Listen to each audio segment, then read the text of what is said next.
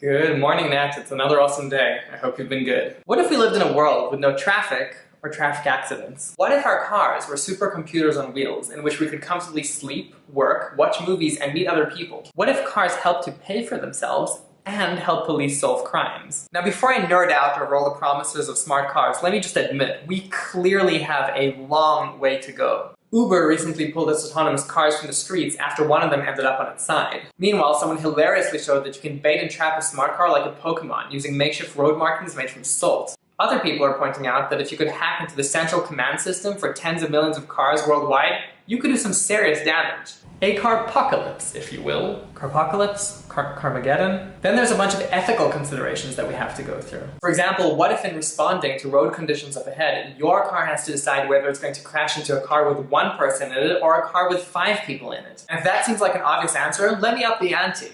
What if the only way to avoid crashing into a car with 5 people in it is to drive you off the road, killing only you in the process? Or what if your car is able to intercept 2 cars that are on a collision course? Should your car be able to pull you into harm's way in order to save a greater number of people? Now, philosophers will recognize these questions as a real-life variation to the trolley problem thought experiment, which has tortured first-year philosophy students for years. But up till now, these questions have been largely theoretical.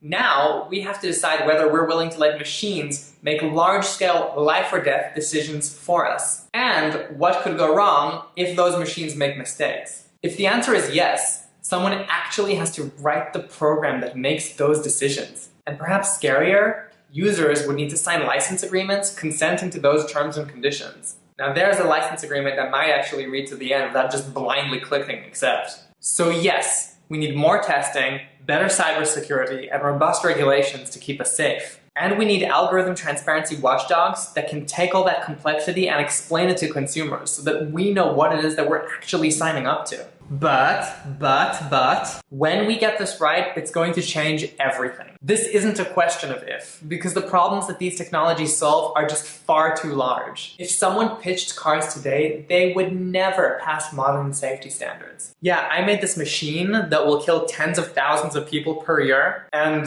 pray tell, why did you make this machine? Because I wanted to go faster. I'm not fast enough. Imagine if a plane full of passengers plummeted out of the sky in the US every day. Well, that's roughly how many passengers are dying on American roads daily. Over the last few decades, cars have killed more people than wars. This death toll may seem as weird and as immoral to future generations as, say, something like the Crusades or slavery seems to us. And all these accidents, they cost money. So transportation companies are going to be the first ones to adopt this technology. Think unions will stop the cars? Well, history is littered with the corpses of unions that have fought technology and lost. Cost efficiency wins every time. Think insurance companies will stop this? Why would they? Autonomous cars have already driven hundreds of thousands of miles and already arguably make better drivers than people in many situations. And they're just getting better. They don't drink, they don't get sleepy, and they don't check their YouTube accounts to see if people are leaving them comments. Aww. Thanks, Mom. But smart cars can also do things that people can't do. Things like the safe distance that cars have to keep between them, keeping in your lane, the speed limit, rules for overtaking, and even stopping at traffic lights are all rules that were designed for advanced monkeys that try as they might just cannot make decisions in milliseconds. And you can see how limited our decision-making is by just looking at a highway, which in most cases is just empty space that we need to keep us safe. Now, self-driving cars, on the other hand, will be able to follow each other bumper to bumper with almost no space between them, because they'll be able to instantly communicate with each other to safely brake, accelerate,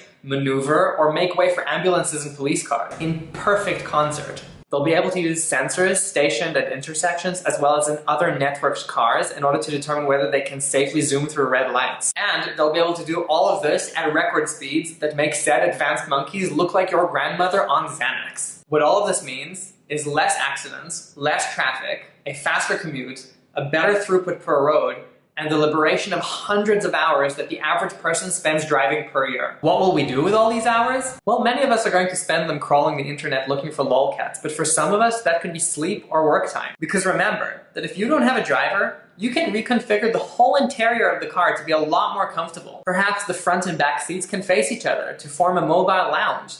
Throw a screen in there and you have a mobile entertainment center. Install a bed to turn your car into a nap pod, or a desk to make it into an office. maybe even machines that let you work out while you travel. Side note, we will have hit peak irony when you can look out of the window to see some guy watching Glee while pedaling on a stationary bike installed in a car moving at 200 miles an hour. And even that's just the tip of the iceberg. That juicy, juicy iceberg. Around the corner from my office, a company called Mobileye, which helps autonomous cars see and understand the world through cameras, was sold to Intel for $15 billion. That just gives you a taste for how big the tech giants think this thing could be. And investors, including the venture fund where I work, are pouring millions of dollars into this space because we want to find the next Mobileye. Now, as I mentioned, Mobileye uses cameras in order to figure out what's going on the road.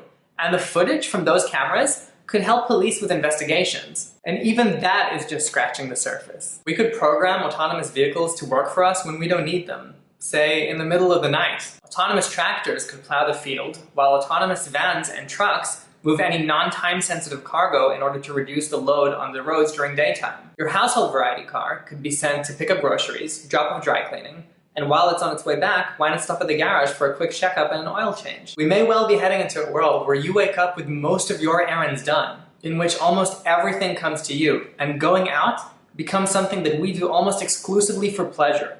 Not because we have to. And what if after dropping you off at home or at work, your car became an autonomous taxi that made some extra cash for you while you work or while you sleep? In fact, I believe that rather than owning cars, most of us will just subscribe to car services. Most of us choose to own cars because we want to have our car available for us when we want it, on demand. But with full autonomy, every car can be available on demand.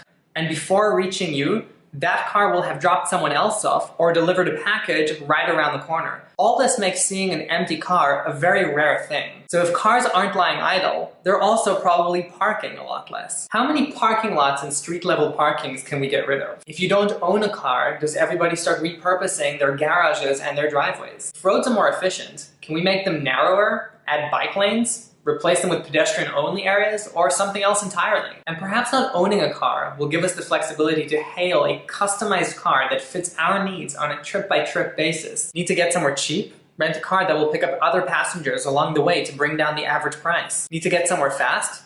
Pay a premium on a car with an extra powerful engine that can wirelessly pay other cars to move out of the way while it zooms past. And this raises all kinds of interesting new questions. Would people be willing to live further away from the city center if they can access cheap, traffic-free public transportation from anywhere? Are you more willing to drive into the city in the dark or drive a further distance if you can marathon Orange is the New Black on the way? I mean, on this level, we really need to start thinking about how these things start to change our definition of what a city is. I also find the cost implications fascinating. Do safer cars mean lower insurance costs? If most of us choose not to own cars, does all the new useful space that was once garages and driveways drive up property prices? Or does it drive down property prices for new buildings that are built without those features? Then consider that a driver accounts for about 70% of the cost of hailing a car today.